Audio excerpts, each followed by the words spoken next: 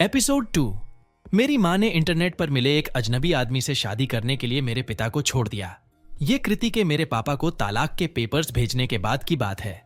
आखिरकार लोगों ने ये नोटिस करना शुरू कर दिया कि वो शादीशुदा होते हुए भी किसी दूसरे आदमी के साथ थी।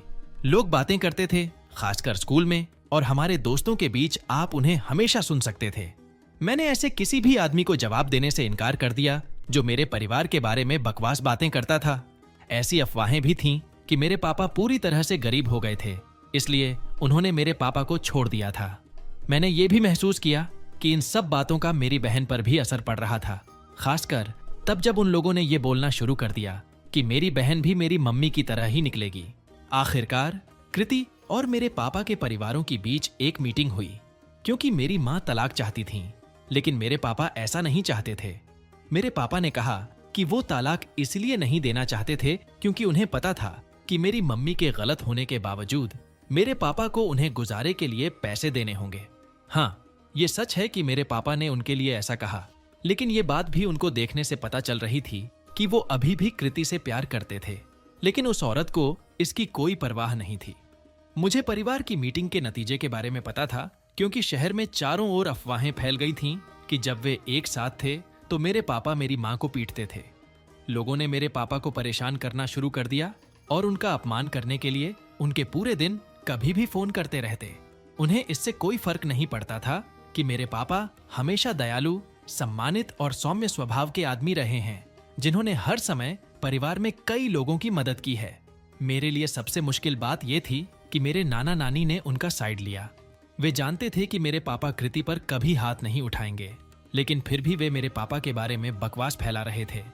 वो दोनों बहुत पहले ही रिटायर हो गए थे, लेकिन वे फिर भी कभी कभी मेरे हाई स्कूल में पढ़ाते थे। वे स्कूल के बहुत इंपॉर्टेंट सदस्य हैं और स्कूल में उनकी बात की इज्जत की जाती है। उन्होंने मेरे पापा की इज्जत को बर्बाद करने के लिए अपने पावर का इस्तेमाल किया। मेरे टीचर्स ने मुझे अजीब नजरों से देखना शुरू कर दिया और पूछा कि क्या घर में सब कुछ ठीक है और क्या मेरे पापा मारते पीटते थे। मैंने तुरंत उन्हें बताया कि मेरे पापा एक अच्छे इंसान थे और कृति झूठी और धोखेबाज थी। मैंने उनसे कहा कि वे उस पर विश्वास करते रहें, लेकिन मैं अपने पापा को बदनाम करने के इस गेम में कभी नहीं आऊंगा। जब स्कूल ने मेरी बहन और मुझसे पूछताछ करने के लिए काउंसलर को बुलाने की कोशिश की, तो हम दोनों ने उनसे बात करने या उन्हें मेरे पापा के खिलाफ कुछ भी बोलने से मना कर दिया। हमने अपने पापा की इज्जत की रक्षा के लिए हर संभव कोशिश करने का फैसला लिया, भले ही फिर भी लोग उनकी हर मौके पर बेइज्जती करते थे। मंदिर मेरे नाना नानी की वजह से मेरे पापा को सार्वजनिक रूप से शर्मिंदा करने की कोशिश तक की। उन्होंने माही और मेरे लिए प्रार्थना करने के साथ साथ हमें हमारे पापा की देखभाल से हटाने की पेशकश की, और इससे मैं डर गया। मैं अपने पापा को अपनी माँ या किसी दूसरे अजनबी के साथ रहने के लिए नहीं छोड़ना चाहता था, लेकिन मेरे पापा के बारे में अफवाहों के वजह उन्हें उनकी नौकरी से निकाल दिया गया था। भले ही मेरी माँ ने कोई आरोप नहीं लगाया था, मैं जानता था कि वो कभी आरोप नहीं लगाएगी, क्योंकि वो झूठ बोल रही थी और उसका परिवार ये पक्का करने में उनकी मदद कर रहा था कि मेरे पापा अपना सब कुछ खो दें। मैं उनसे और भी ज्यादा नफरत करने लगा। ये 4 महीने तक चलता रहा। जब मेरी मम्मी ने मेरे पापा को तलाक के कागजात साइन करने के लिए दिए थे, मेरे पापा ने उन पर साइन कर दिया। जब उन्होंने साइन किया तब मुझे ये उम्मीद थी कि वो हमें अकेला छोड़ देगी और हमें उन्हें दोबारा नहीं देखना पड़ेगा।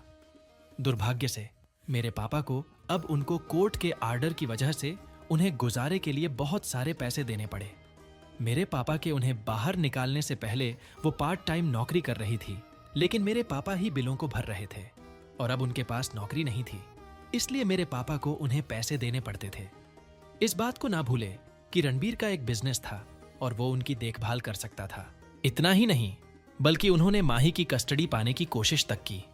मैं जानता था कि वो ऐसा करके मुझे और पापा से बदला लेना चाहती थी।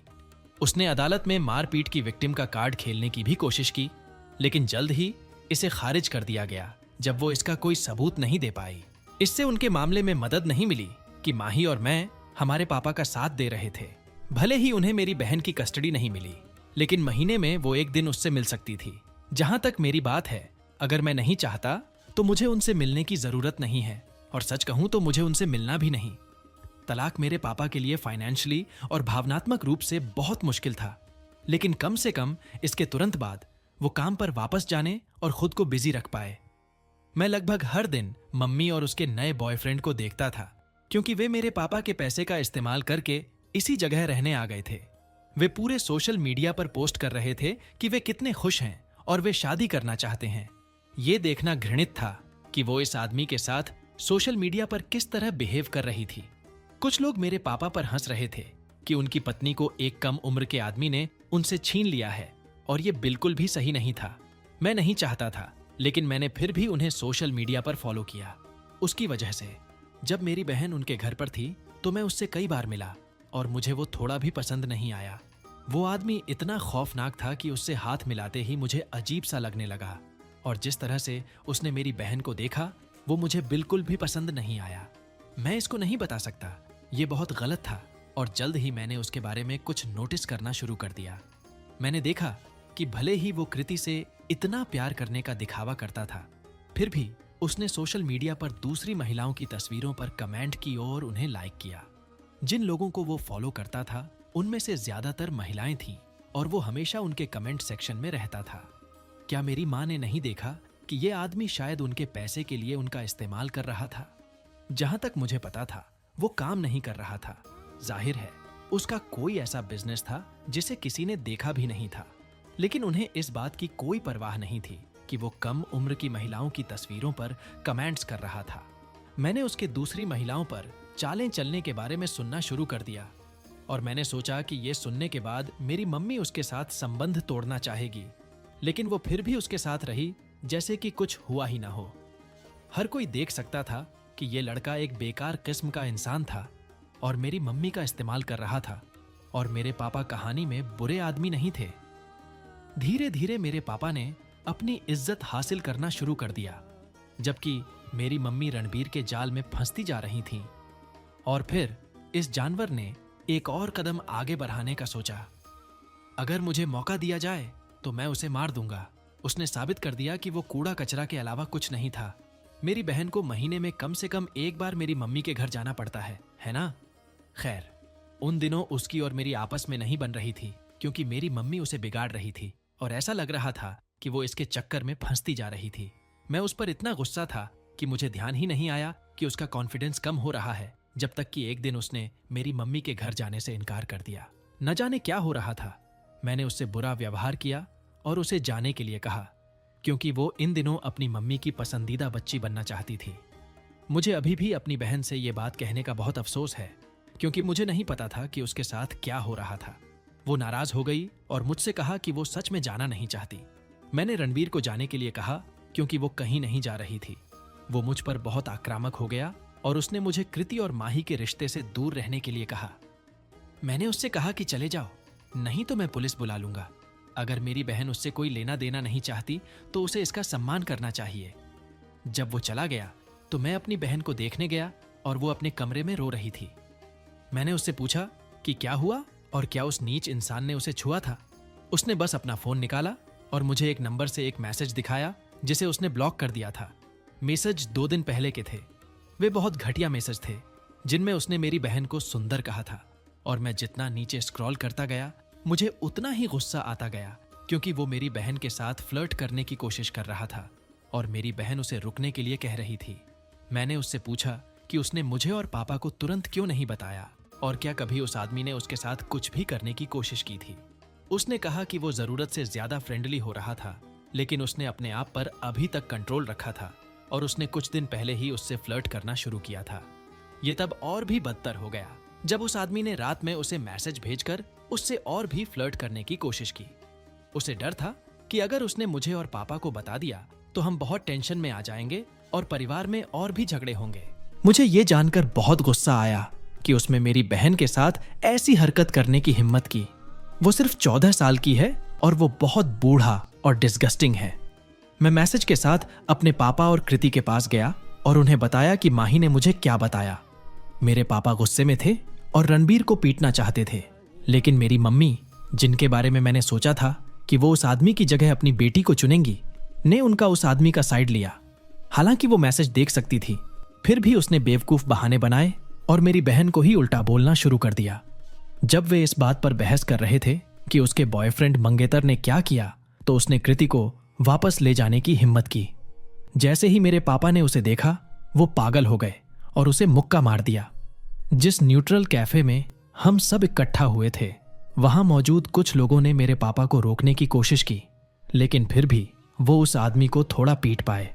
फिर उन्होंने रणबीर से कहा कि अगर उसने कभी भी उनके बच्चों के करीब आने की कोशिश की तो वो उसे मार डालेंगे। रणबीर जिस स्ट्रांग आदमी बनने की कोशिश कर रहा था, मेरे पापा के जाने तक वो गायब हो चुका था। एक भीगी बिल्ली की तरह वो कांपता रहा। मेरा उसका पीछा करने का मन हुआ, लेकिन मैं और ज्यादा हंगामा नहीं करना चाहता था। उसके बाद मेरी बहन ने उनके घर जाना बंद कर दिया। अदालत का बेवकूफ़ी भरा फैसला भाड़ में जाए। मुझे खुशी थी कि कम से कम उसे रणबीर के साथ 1 घंटा भी बिताने का मौका नहीं मिलेगा। एक भाई के रूप में मैं अपने आप में बहुत निराश था। मुझे उन्हें देखकर नफरत हो गई और मैं बस यही चाहता था कि वे चले जाएं। वो बहुत डरावना आदमी था और हर किसी को असहज महसूस कराता था। सोशल मीडिया पर उसने जो कमेंट्स किए, उससे कोई भी देख सकता था कि उसकी नज़र यहां से वहां भटक रही है। जब तक मुझे परवाह थी तो मैंने अपनी मम्मी के साथ स्क्रीनशॉट शेयर किए और उन्हें उस आदमी से बहुत सावधान रहने के लिए कहा, क्योंकि वो उनके लिए खतरा था। लेकिन वो मुझसे बात भी नहीं करना चाहती थी और वो मुझे नजरअंदाज करती रही। उनका परिवार भी ये बात अनदेखी करता रहता था और वो फी एंड मिली फंक्शंस में रणबीर को बुलाते रहते थे। जिसने भी उसके खिलाफ बोलने की कोशिश की, उसे चुप करा दिया गया। उनके मम्मी और पापा समाज के रिटायर्ड शिक्षकों और मंदिर के मेंबर होने के नाते अपने उम्र का फायदा उठाते थे। वे लोग, वो पूरा परिवार बेकार लोगों का एक ग्रुप है जिनसे मैं आज तक कुछ लेना देना नहीं चाहता। सिर्फ मेरे पापा के परिवार ने ही हमारा साथ दिया है। भले ही वे पास पास नहीं रहते, फिर भी उन्होंने अपना सपोर्ट दिया है। कुछ लोग अभी भी मेरे पापा को एक बुरे आदमी के रूप में देखते हैं, लेकिन मैं सच्चाई जानता हूं। जब रणबीर अचानक उन्हें छोड़कर और उनका सारा सामान लेकर भाग गया, तो ना ही मुझे और ना ही मेरे पापा को झटका लगा। हमें पहले से पता था कि वो आदमी बेकार किस्म का है। ये उनकी शादी से 1 हफ्ते पहले था। वो 7वें आसमान पर थी और हर किसी के सामने शेखी बघार रही थी कि वो अपने जीवन साथी से शादी करने वाली है। हमें नहीं पता था कि उन्होंने हर चीज के लिए पैसा लगाया था। उस आदमी ने कुछ भी नहीं दिया था। जिस भी बिजनेस के बारे में उसने बात की थी कि वो नकली था और वो अपनी जिंदगी को चलाने के लिए मेरी मम्मी का इस्तेमाल कर रहा था, बिल्कुल वैसे ही जैसे मैंने सोचा था। लेकिन जहां वो ये सोचकर दिन निकाल रही थी कि उनकी शादी होने वाली है, उसने उनके सारे पैसे ले लिए और गायब हो गया। और आप सोचेंगे कि आखिरकार अब तो वो पक्का जाग जाएगी, है ना? उसे एहसास होगा कि वो आदमी उनसे प्यार नहीं करता था, कि वो किसी टाइप का धोखेबाज था। वो ये एक्सेप्ट नहीं करना चाहती थी कि उसने उन्हें छोड़ दिया है। वो सच में सोच रही थी कि वो लापता है या उसके बिजनेस कॉम्पिटिटर्स ने उसका अपहरण कर लिया है। वो एक रोमांस नावल के बारे में सोच रही थी, जिसके बारे में माही ने भी कभी सपने में भी नहीं सोचा होगा। अगर सचमुच उसका अपहरण हुआ था तो उनके सारे पैसे और कीमती चीजें क्यों गायब हो गईं? लोगों ने उन्हें ये बताने की कोशिश की कि उनके साथ धोखाधड़ी हुई है, लेकिन उन्होंने उन लोगों को झूठा बोला और कहा कि वो आदमी उनके लिए वापस आने वाला है। ये दुखद था। सच में ये देखकर दुख हुआ कि जिस आदमी के लिए उन्होंने हमें छोड़ा था, उसी आदमी ने उन्हें ही छोड़ दिया था। पर सच कहूं तो उनके साथ ऐसा ही होना चाहिए था। बाकी लोग उन्हें माफ कर सकते हैं, पर मैं नहीं। उन्होंने हमारे परिवार को बहुत दुख पहुंचाया, मेरे पापा का दिल तोड़ा और मेरी बहन को खतरे में डाला। और यहां तक कि एक बेकार आदमी को मेरी बहन के करीब आने से रोका भी नहीं।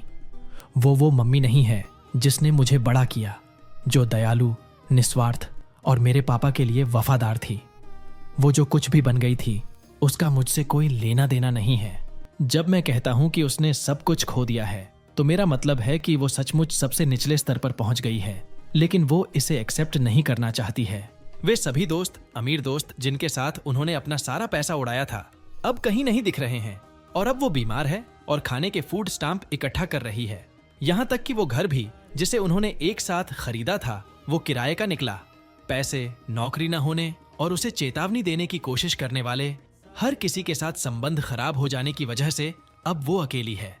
लेकिन वो ये एक्सेप्ट नहीं करना चाहती कि ये सच था और उसने सचमुच उन्हें छोड़ दिया था। कुछ लोग खुद को किस तरह से बर्बाद कर लेते हैं।